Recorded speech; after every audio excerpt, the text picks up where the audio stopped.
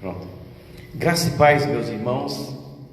É uma alegria poder estar novamente aqui para juntos aprendermos mais da palavra de Deus. E quero convidar você que nos assiste neste momento aí na sua casa. Cumprimento você e quero já em nome de Cristo Jesus abençoar a sua vida e dizer que aqui nós estamos todos bem, graças a Deus, e esperamos que vocês também estejam bem, e que Deus os abençoe e que abra os nossos entendimentos nessa manhã para que aprendemos mais da palavra de Deus, e aquilo que nós ouvirmos nessa manhã através do teu servo, mas vindo da parte de Deus, possa confortar o seu coração, e aquilo que você aprender nessa noite, nessa manhã, da parte de Deus, que você possa praticar na sua vida. Quero te convidar nessa hora para fechar os seus olhos aí onde você estiver, na sua casa, no seu leito, que você possa fechar os seus olhos e junto orarmos a Deus e pedir para que Deus nos oriente, nos dê sabedoria, para que possamos aprender mais da palavra de Deus. Deus Pai Todo-Poderoso, em nome de Cristo Jesus, nós somos gratos a Ti, ó Pai, porque até aqui o Senhor tem nos sustentado, o Senhor tem nos livrado, e por isso, ó Deus, nós somos gratos. E estamos agora, Pai, nessa manhã, pedindo ao Senhor que nos ajude, para que possamos, meu Deus, aprender de Ti nessa manhã. Que o Teu Espírito, ó Deus, que é santo, o Espírito Santo, a Bíblia diz que Ele é o nosso Consolador, Ele é o nosso ajudador, e que Ele possa, Pai, nessa manhã, nos ajudar, Senhor, ó Deus, a aprender das Escrituras Sagradas. Esse, meu Deus, é nosso intuito, ó Deus, nessa manhã, aprender mais de Ti, porque a Bíblia diz que o nosso povo erra por falta de conhecimento, por falta de conhecer o poder de Deus, conhecer a palavra de Deus e conhecer o poder de Deus. E que nessa manhã o Senhor possa, meu Deus, abrir os nossos entendimentos para que nós possamos conhecer mais esse Deus que nós servimos, aprender mais com Ele, acerca dEle. Ó Deus, em nome de Jesus, usa, meu Deus, o professor que vai nos ensinar nessa manhã. Amém? Que Deus abençoe os irmãos. Quero convidar os irmãos para a gente juntos ler na palavra de Deus um salmo bem conhecido dos irmãos, que é muito bom para esses dias que nós estamos vivendo. Esse salmo serve para nós entendermos o cuidado de Deus para com todos nós. O Salmo 23, que diz assim: o Senhor é o meu pastor, nada me faltará. Ele me faz repousar em pastos verdejantes, leva-me para junto das águas de descanso, refrigera a minha alma, guia-me pelas veredas da justiça, por amor do seu nome. Ainda que eu ande pelo vale da sombra da morte, não temerei mal nenhum, porque tu estás comigo. O teu bordão e o teu cajado me consolam. Prepara-me uma mesa na presença dos meus adversários. Unge-me a cabeça com óleo, o meu cálice transborda. Bondade e misericórdia certamente me seguirão todos os dias da minha vida, e habitarei na casa do Senhor para todo o sempre. Que Deus abençoe a leitura desse salmo, que nós possamos entender que nós temos um pastor, e esse pastor é Jesus Cristo. Ele é o nosso pastor, e entendendo assim, o salmista diz que nada nos faltará. Por quê? Porque nós temos um pastor que nos guia, nós temos um pastor que sabe as nossas necessidades, nós temos um pastor que nos conhece e cuida de nós. Amém? Eu quero agora convidar o grupo de louvor para estar louvando aqui um hino, e em seguida a gente vai passar para a lição do dia de hoje.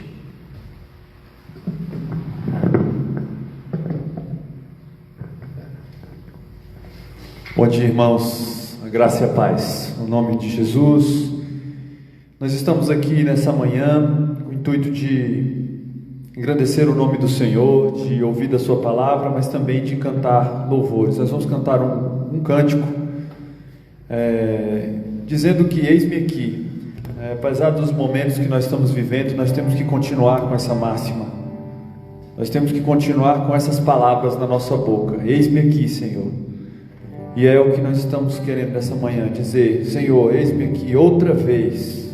Diante de Ti eu abro o meu coração. Abra o seu coração na presença do Senhor nessa manhã.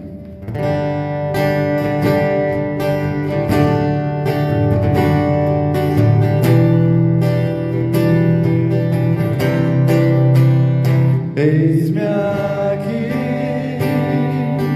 outra vez, diante de Ti abro meu coração, meu clamor Tu escutas e fazes cair as barreiras em mim. És fiel, Senhor, e dizes palavras de amor e esperança sem fim. Ao sentir o Teu toque, por Tua bondade libertas meu ser do calor deste lugar. Eu venho me derramar, dizer que Te amo, me derramar, dizer que preciso me derramar, dizer que sou grato, me derramar, dizer que és formoso. Diga: Senhor, eis-me aqui, meu Pai. Eis-me aqui outra vez, diante de Ti abro meu coração, meu clamor Tu escutas e fazes cair as barreiras em mim. És fiel, Senhor, e dizes palavras de amor e esperança sem fim. Ao sentir o Teu toque, por Tua bondade libertas meu ser do calor deste lugar. Eu venho me derramar, dizer que Te amo, me derramar, dizer que preciso me derramar, dizer que sou grato, me derramar, dizer que és formoso, me derramar, dizer que Te amo, me derramar, dizer que preciso me derramar, dizer que sou grato, me derramar, dizer que és formoso.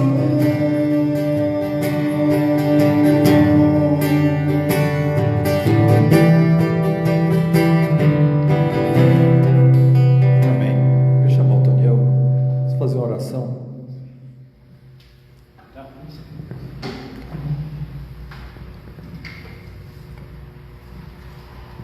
Vamos orar e pedir a Deus que Ele abençoe esse momento.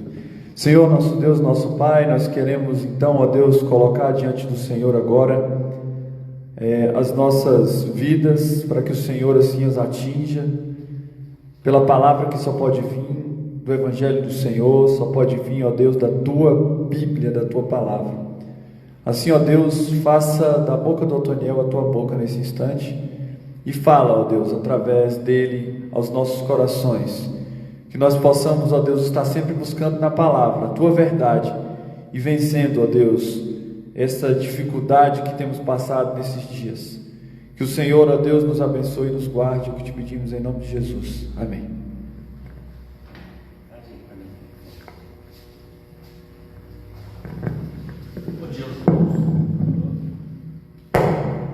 Bom dia aos irmãos. Vamos dar sequência às nossas lições, a revista, a lição de número 9, falando sobre idolatria. O André semana passada falou sobre tecnologia, idolatria. Hoje nós vamos falar sobre autonomia em relação a Deus e o misticismo. E os nossos textos básicos, um deles em Gênesis capítulo 3. Gênesis 3, versículos 4 e 5. Eu vou lendo, os irmãos vão me acompanhando. Não dava para ser diferente. Gênesis 3, versículos 4 e 5 diz o seguinte: Então a serpente disse à mulher: É certo que não morrereis, porque Deus sabe que no dia em que dele comerdes, se vos abrirão os olhos, e como Deus sereis conhecedores do bem e do mal. O texto de Colossenses capítulo 2, versículos de 20 a 23. Obediência a tais práticas não vence o pecado. Então diz o seguinte: Se morrestes com Cristo para os rudimentos do mundo, porque como se vivesseis no mundo, vos sujeitais a ordenanças, não manuseis isto, não proves aquilo, não toques aquilo outro, segundo os preceitos e doutrinas dos homens. Pois que todas essas coisas com uso se destroem. Tais coisas, com efeito, têm aparência de sabedoria, como o culto de si mesmo, e de falsa humildade, e de rigor ascético. Todavia, não tem valor algum contra a sensualidade. Tem vários textos que apoiam a lição, em vários pontos, e nós não vamos ler todos, mas nós vamos mencioná-los aqui. 1 Timóteo, capítulo 2, versículos 13 e 14, fala sobre o engano, sobre a serpente usar de sagacidade, de ardil, de artimanha para poder enganar. 1 João 3,8 vai falar sobre, desde o princípio, né, a nossa alegria ela tem que estar em Deus, e que desde o princípio nós devemos consagrar as nossas vidas. Apocalipse 12:9 fala sobre o sedutor do mundo. Seduziu, para ele seduzir, ele precisou distorcer a palavra de Deus. Salmos 2, de 1 a 5, vai falar sobre a gente buscar nos afastar das coisas de Deus. Salmos 16:11 vai falar no prazer que nós devemos ter nas coisas de Deus. Colossenses 2, que é um texto um pouquinho antes do texto básico que nós lemos aqui, vai falar sobre o misticismo. E João 17:17 vai falar sobre a santificação através da palavra. A introdução da lição, ela diz o seguinte, que nós, em algum momento, nós devemos ou deveríamos, na nossa vida de crente, de cristãos, rever onde foi que tudo começou, onde foi que nós fomos tocados pela palavra, o que nos motivou a sermos tocados pela palavra, em que momento foi que o Espírito Santo converteu, transformou a sua vida. Então ele faz uma recapitulação, diz: olha, boa parte de nós cristãos, nós tivemos a nossa introdução em relação às coisas de Deus nos nossos próprios lares, fossem os nossos pais, fossem aquelas pessoas que fossem responsáveis por nós, mas em algum momento nós recebemos isso por conhecimento familiar. Alguém passou para nós aceitamos isso, mas em algum momento da sua vida você foi confrontado com essas coisas e você teve ali a revelação da palavra de Deus e o Espírito Santo transformou sua vida. O que o autor coloca aqui em relação a esse conhecimento histórico, essas coisas que nós aprendemos no dia a dia, é que muitas dessas coisas que nós aprendemos, ao passar do tempo, a partir do momento que você começa a manusear a palavra de Deus, que você começa a ter o confronto com a palavra de Deus, muitas daquelas coisas se confirmaram. Mas muitas daquelas coisas também que nós recebemos por tradição, por passagem, por experiência dos nossos pais, dos nossos responsáveis, muitas delas confrontadas com a palavra de Deus, também se revelaram em verdades. Então é isso que o autor vai explorar em relação à autonomia. O que é a autonomia, então? A autonomia seria eu criar as minhas próprias regras, ou eu não querer depender de Deus. Então ele vai abordar alguns aspectos dessa busca por autonomia sem Deus, autonomia distante das coisas de Deus. Isso é extremamente importante porque o autor ele coloca situações do mundo, as pessoas buscando estar a autonomia de Deus, mas ele fala também em relação ao crente que em tese busca conhecer a Deus, mas fora da palavra de Deus. E a gente já sabe, né? A gente já aprendeu, a gente tem aprendido que não há verdade, não há vida, não há explicação, não há meio de salvação fora da pessoa de Cristo. Então, tudo isso, né, ele usa como exemplo. Quem nunca ouviu dizer que se quebrar um espelho vai ter 7 anos de azar? Quem nunca ouviu dizer que se passar debaixo de uma escada vai ter azar? Quem cruzar com um gato preto vai ter azar. Então, essas coisas, esses misticismos, essas crenças que nós fomos aprendendo dos nossos pais, muitas delas também em relação à palavra de Deus. Dá um exemplo disso. Meu pai, por exemplo, ele dizia assim que um homem ele não poderia usar a camisa sem abotoar o botão até em cima, porque era pecado. Ele dizia que não podia jogar futebol, que era pecado. Ele dizia, por exemplo, que você não pode... que a mulher, por exemplo, não poderia usar uma maquiagem ainda que fosse suave, leve, porque isso também era pecado, isso levava a pessoa para o inferno. Então eu aprendi, eu cresci ouvindo essas coisas, e a partir do momento que eu comecei a ler a palavra de Deus e comecei a buscar o Espírito Santo movendo para que a gente buscasse, para que a gente conhecesse a palavra de Deus, muitas dessas coisas foram sendo desmistificadas, foram sendo confrontadas com a palavra de Deus, e a gente foi vendo que nem tudo, ou por mais que a intenção fosse boa, mas não tinha base, não tinha sustentação na palavra de Deus. É isso que o autor explora em relação à autonomia. Eu não posso buscar uma autonomia fora de Deus, fora da palavra de Deus.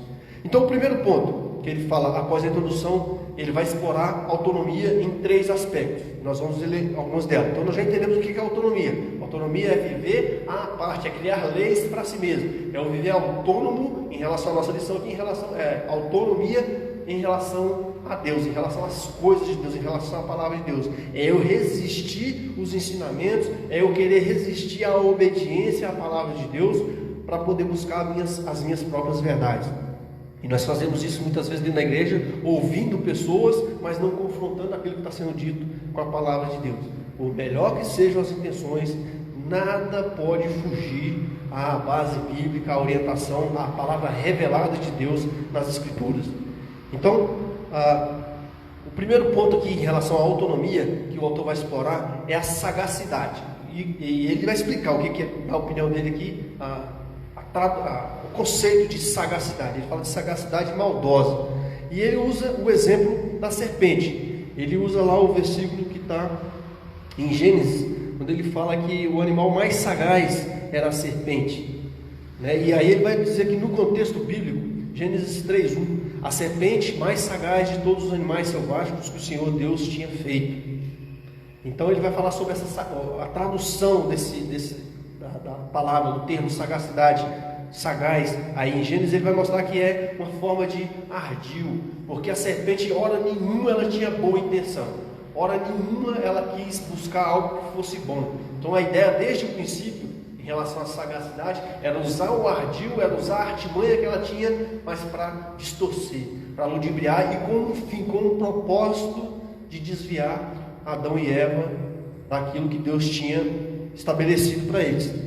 Vamos lembrar aí que Deus criou Adão e Eva em estado de perfeição, então eles não pecariam, porque eles eram perfeitos, eles foram criados perfeitos.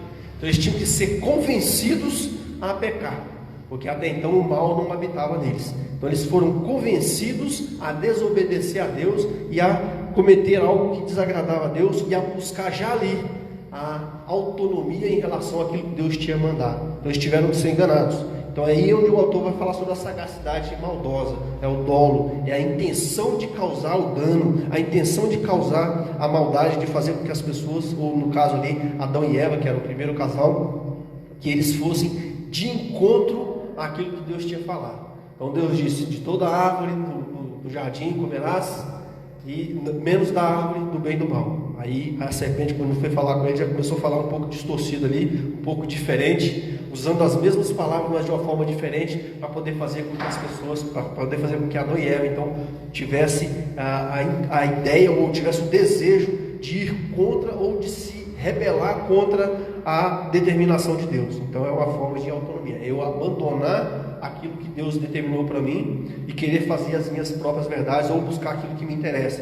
É isso que nós temos feito, é isso que o autor tem explorado na lição. A autonomia de Deus é estar fora do plano, fora do propósito de Deus para as nossas vidas.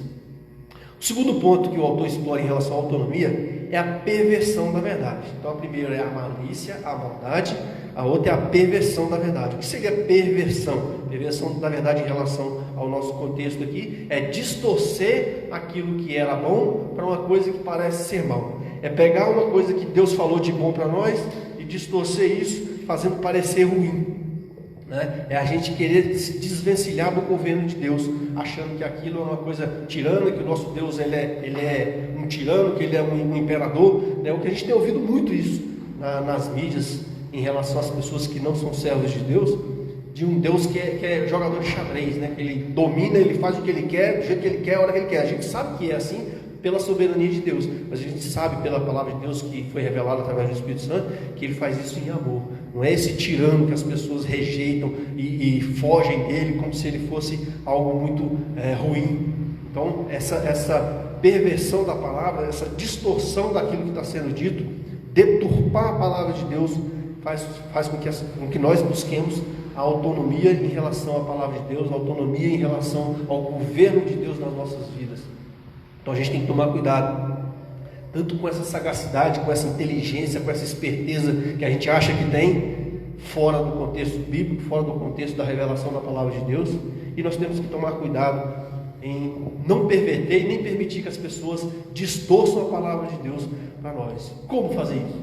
Como é que a gente vai lutar contra as palavras distorcidas, ou contra um falso evangelho, ou contra uma falsa verdade bíblica? Nós precisamos de todo jeito conhecer cada dia mais a palavra de Deus. A maneira que você tem de saber se o que está sendo falado, o que está sendo pregado, está de acordo com a palavra de Deus, é conhecendo a palavra de Deus. Uma vez que nós não temos uma vida de leitura, uma vida de prática diária em relação à palavra de Deus, em relação ao relacionamento nosso com Deus, essas coisas vão ficando cada vez mais distantes. Então a gente não pode se limitar só a vir à igreja, só a ouvir alguém falar da palavra de Deus, alguém ler a palavra de Deus. Eu preciso ter uma vida de leitura, uma vida devocional, uma vida de busca, uma vida de conhecimento, de conhecer e prosseguir em conhecer a palavra de Deus cada dia mais. E o Espírito Santo é que vai estar te falando, vai estar te mostrando se está ou não de acordo com a palavra de Deus. Quanto mais próximo, quanto mais intimidade você tiver com Deus, mais certeza, mais convicção você vai ter de que aquilo que está sendo dito é ou não uma verdade bíblica, é ou não orientação de Deus para a sua vida. E isso é extremamente importante, para que nós não venhamos a cair em ciladas, um termo que ele usa aqui, não nos vemos enredados, Não sei se todo mundo já pescou, se já viu uma pescaria, mas o peixe, quando ele cai na rede, não sai mais não. Prende ali, o troço se emaranha de forma do corpo do peixe ali, que ele não sai dali mais não. Se você não for lá e tirar, não sai mais. Então é isso que ele está falando, para a gente não ser enredado por essas artimanhas, por essas malícias. E o último ponto que ele usa aqui em relação à autonomia é a negação das consequências, em relação à desobediência, em relação ao afastamento daquilo que Deus tem para as nossas vidas. Então, a gente viu sobre sagacidade, sobre a inteligência, sobre a malícia em fazer aquilo que não agrada a Deus. Nós ouvimos também sobre a perversão da palavra, distorcer as verdades de Deus em mentiras. E o último ponto em relação à autonomia é a negação da consequência. Não vai ter castigo nenhum, foi o que a serpente falou? Não, pode comer, ninguém vai morrer não, pode ficar tranquilo. E isso tem ecoado até hoje nos nossos dias, Que a pessoa fala assim, mas de fato eles comeram do fruto e não morreram. Não morreram instantaneamente, mas Adão e Eva até então eram imortais. A partir do momento que desobedeceram, veio a morte, e aí veio a morte, a consequência da morte física e a consequência da morte espiritual, que não alcançou eles, porque depois houve arrependimento e houve reconciliação. Mas dali para frente, todos já nasceram pecadores, todos já nasceram tendentes a desobedecer a Deus, todos nós já nascemos com o intuito de sermos desobedientes à vontade de Deus. Então não é por nossa única vontade que nós somos salvos. Não é só pelas nossas ações ou pelo nosso coração bondoso que nós somos alcançados pela graça. Não é. É uma ação unidirecional. É de Deus para nós. Deus nos escolhe, Deus nos transforma, Deus nos molda, Deus nos conduz ao Evangelho, Deus nos conduz à salvação, Deus nos faz compreender o plano de salvação, Deus nos faz entender o porquê da cruz de Cristo, e é só através dele é que nós podemos ter uma vida de comunhão. Nunca da nossa parte para Deus, mas sempre de Deus para nós. Não somos nós que escolhemos a Deus, é Deus quem nos escolhe. Então não é obra minha, não é ação minha, não tem mérito nenhum em mim em relação à salvação. Tudo provém do nosso Deus. Aí ele faz um resumão. Então ele falou da rebeldia em relação à palavra de Deus, sagacidade, a malícia, a maldade nossa, distorção da palavra de Deus e a negação das consequências. Pode ficar tranquilo, pode comer que certamente você não vai morrer. Então leva a desobedecer, distorce a palavra de Deus, usa de malícia para distorcer a palavra de Deus e nega a consequência. A gente sabe que, em linhas gerais, a consequência do pecado é inferno. Tiago vai falar que a nossa cobiça, o nosso desejo, ele gera o pecado gera a morte. Não é? Então é a nossa intenção. O diabo trabalha nisso, trabalha no nosso desejo, na nossa vontade, fazendo com que nós venhamos a pecar, e a consequência do pecado é morte espiritual. Então o que o diabo usa, o que essa negação, esse abandono, né, essa autonomia em relação a Deus, a consequência disso é pecado, e a consequência do pecado é a morte, é o inferno. Então o autor ele vai fazer um resumão disso, né, falando que nós devemos evitar qualquer tipo de relação ou de relacionamento fora de Deus, fora das Escrituras, fora daquilo que tem sido revelado pelas Escrituras. E o outro ponto que ele vai usar na lição, lembrando que a nossa lição vai falar de autonomia e de misticismo pagão. Então o nosso próximo tópico agora será misticismo pagão. Então, só voltar aqui para o texto de Colossenses. Nós lemos Colossenses 2, de 20 a 23. Então eu vou ler o 16 até o 19, que é o texto imediatamente próximo. E ele diz assim, ninguém pois vos engane por causa de comida ou bebida, ou dia de festa, ou lua nova, ou sábado, porque tudo isso tem sido sombra das coisas que haviam de vir. Porém o corpo é de Cristo. Ninguém se faça árbitro contra vós outros, pretextando humildade, culto dos anjos, baseando-se em visões, enfatuado, sem motivo algum na sua mente carnal, e não retendo a cabeça, que é Cristo, na qual todo o corpo, suprido e bem vinculado, por suas juntas e ligamentos, cresce o crescimento que procede de Deus. Qualquer tipo de sabedoria, qualquer tipo de lei, qualquer tipo de ordenança que não provém da palavra de Deus, não provém daquilo que é revelado pelo Espírito Santo, ele está falando, rejeita esse tipo de coisa. A gente tem, eu conheço algumas denominações, provavelmente alguns de vocês também conheçam, que, por exemplo, você chega na igreja, o homem senta de um lado do templo e as mulheres sentam do outro, e com o argumento de que não pode misturar porque assim peca. E isso não é uma coisa bíblica, a gente não vê sustentação para isso na Bíblia. É o que está falando, são coisas que os homens vão implantando, vão forçando você a acreditar, e você acaba achando que isso é palavra de Deus. E na verdade são mandamentos, ou são decisões, ou são coisas que não tem fundamento nenhum bíblico. E nisso a gente vai se firmando, ou vai se fiando naquilo que as pessoas, ou que a nossa liderança fala. Não é o caso nosso aqui, graças a Deus, não é? Mas é nesse sentido que ele está falando. Essa sabedoria, o cara, não, mas se fizer isso vai evitar o pecado. É só isso, é só deixar um do lado do banco, o outro do outro, não vai haver pecado na igreja, a igreja nunca vai ter pecado por causa disso. É só nisso que se baseia. Se é isso, provavelmente, com certeza, como não tem base bíblica, ele está se enganando, está enganando as pessoas, e as pessoas ficam com a ideia, a mulher tem que usar o véu dentro da igreja, que se não usar o véu ela está pecando, ela está em pecado, ela está trazendo pecado para dentro da igreja. Não tem sustentação bíblica nesse sentido, tá bom? Então, assim como meu pai dizia que você não podia usar uma camisa sem abotoar até em cima porque era pecado, você ia para o inferno. Então, se eu não abotoar igual eu não abotoei aqui o botãozinho de cima, provavelmente eu vá na visão do meu pai, eu iria para o inferno, porque eu estaria expondo, eu estaria sendo desrespeitoso com o templo, com a casa de Deus. Então é nesse sentido, são essas coisas. E ele vai falar sobre o misticismo de uma forma bem detalhada, e a gente não vai poder entrar em tantos detalhes, mas ele vai falar sobre o misticismo pagão e o misticismo bíblico. Ele não quer dizer que misticismo, o autor ele explora dizendo que misticismo em todo, ela não é de tudo fora do contexto bíblico. Agora, ela tem que estar embasada na Bíblia, sempre. Então, qualquer coisa que você venha a concluir, qualquer coisa que você venha a deduzir, que tiver de acordo com as Escrituras, aí eu vou dar um exemplo. Ele vai falar de misticismo, por exemplo, que é uma coisa mística, o nosso relacionamento com um Deus que se fez carne, que nasceu de mulher, que viveu entre nós, que morreu, que foi crucificado e ressuscitou. Isso é uma coisa mística, isso é uma coisa sobrenatural. Misticismo tem a ver com o sobrenatural. Então, o nosso relacionamento com Deus já é uma coisa sobrenatural, é uma coisa mística. Aí ele vai falar assim, mas eu não posso me apegar, por exemplo, a um misticismo fora do contexto bíblico. E ele usa o exemplo de pessoas que se apegam a objetos, a imagens, a palavras, né? Tem umas pessoas que escrevem algumas palavras e põem dentro da carteira ou anda com ele o tempo todo, achando que aquilo vai proteger, aquilo vai guardá-lo, aquilo vai evitar que o diabo tenha ação na vida dele. Eu recebi pelo Zap ontem uma mensagem de uma pessoa que eu conheço, falando assim: o Santo Papa determina que os fiéis digam que o coronavírus não vai poder atingi-lo nunca. Ele falou assim: então repita essa frase que o Santo Papa disse, que você não vai ser atingido. Isso é misticismo. Aí eu pergunto: é um misticismo que está focado, está embasado no ensino bíblico? Tem coerência com aquilo que a Bíblia ensina?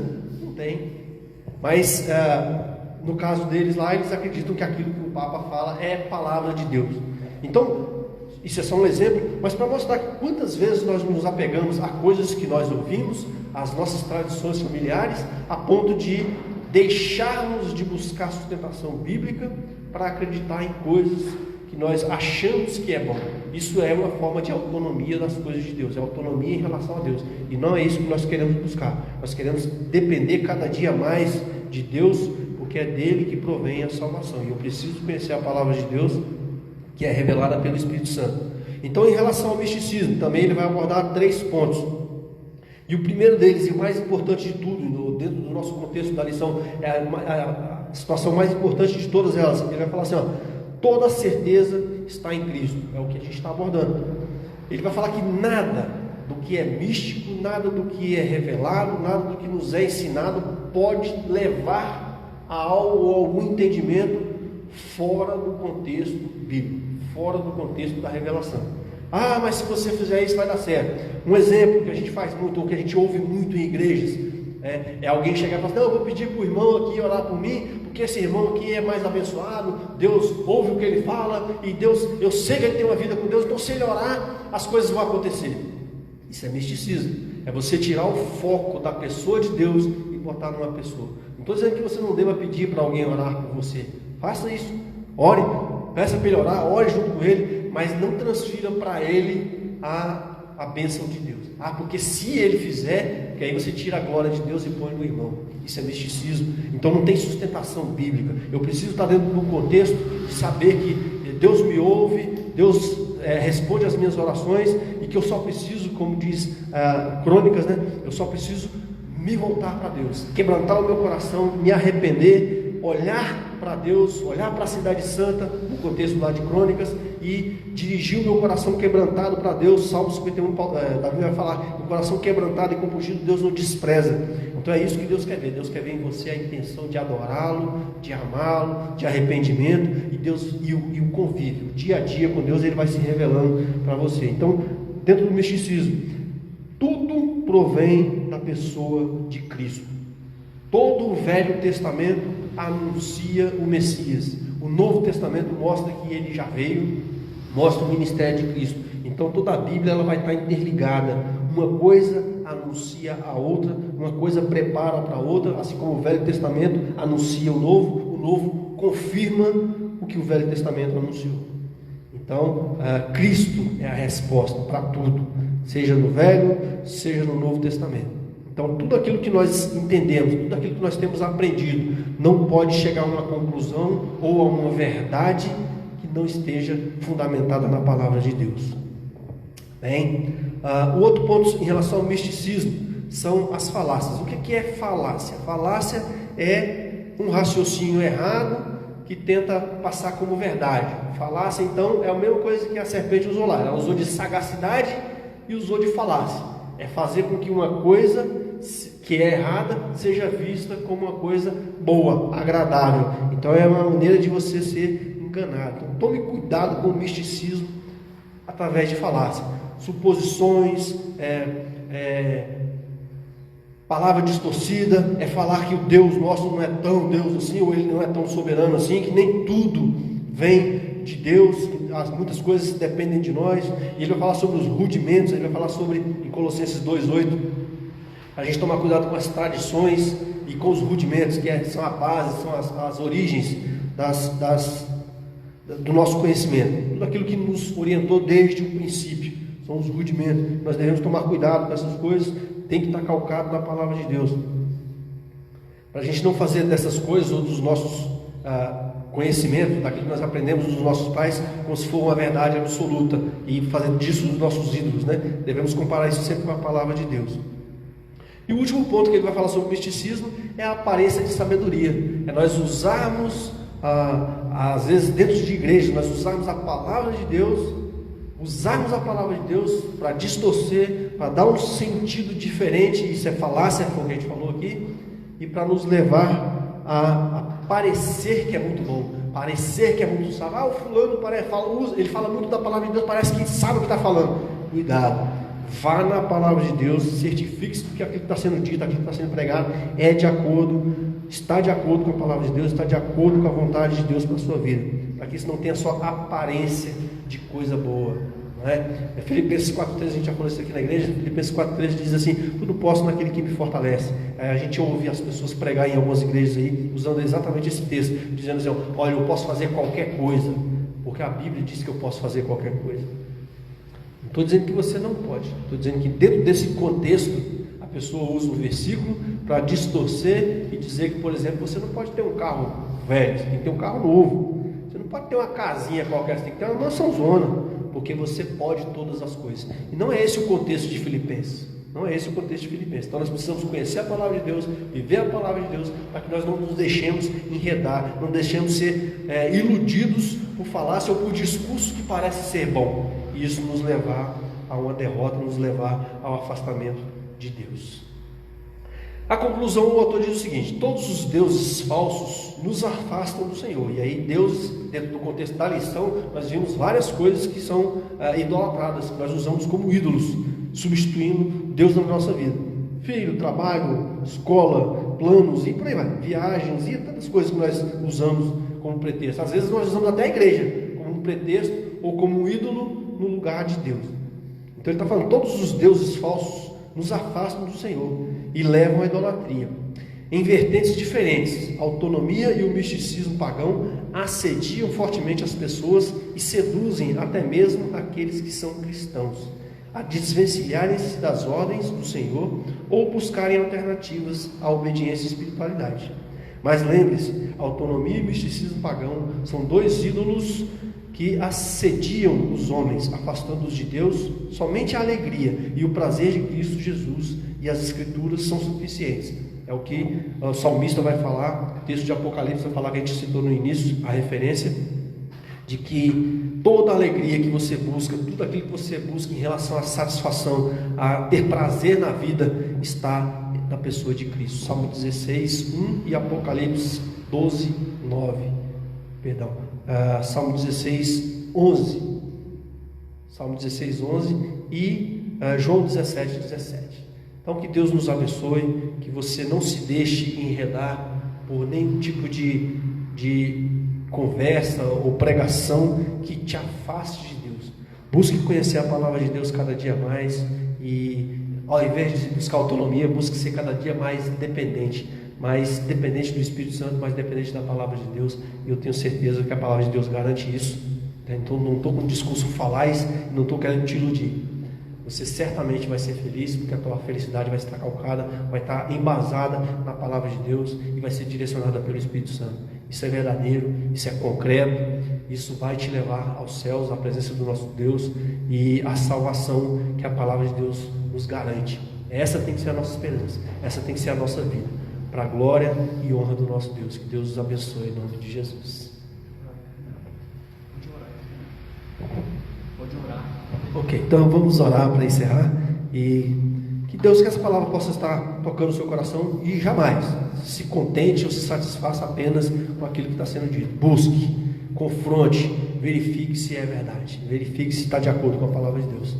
Pai amado, nós te agradecemos, Senhor, porque o Senhor falou ao meu coração e eu rogo que o Senhor também fale aos corações de cada um dos irmãos, cada uma das famílias da igreja, e que nós de fato, Senhor, nós não vivamos uma vida de comodismo, de apatia, ou de nos contentarmos com tão poucas coisas, com apenas aquilo que as pessoas dizem, mas que o Senhor coloque no nosso coração o desejo, Senhor, a sede, a vontade de cada dia buscar mais, de conhecer mais a Tua Palavra, de termos mais intimidades com o Teu Espírito, ó Pai, e que o Seu Espírito tenha liberdade nas nossas vidas para nos transformar segundo a Tua vontade, segundo o Teu querer, e que nós possamos, ó Deus, crescer, o crescimento que vem de Deus.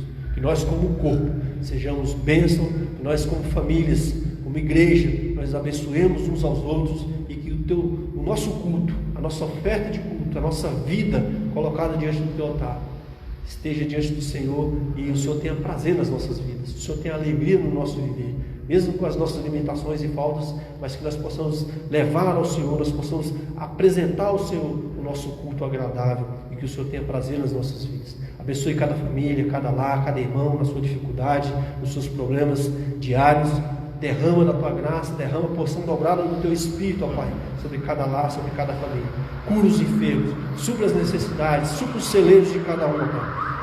Visita, honra, se faça presente ali, ó Pai, em cada lar, em cada casa, em cada coração, em cada vida, para que nós possamos sermos cada dia mais dependentes do Senhor. Em nome de Jesus nós te oramos e agradecemos. Amém.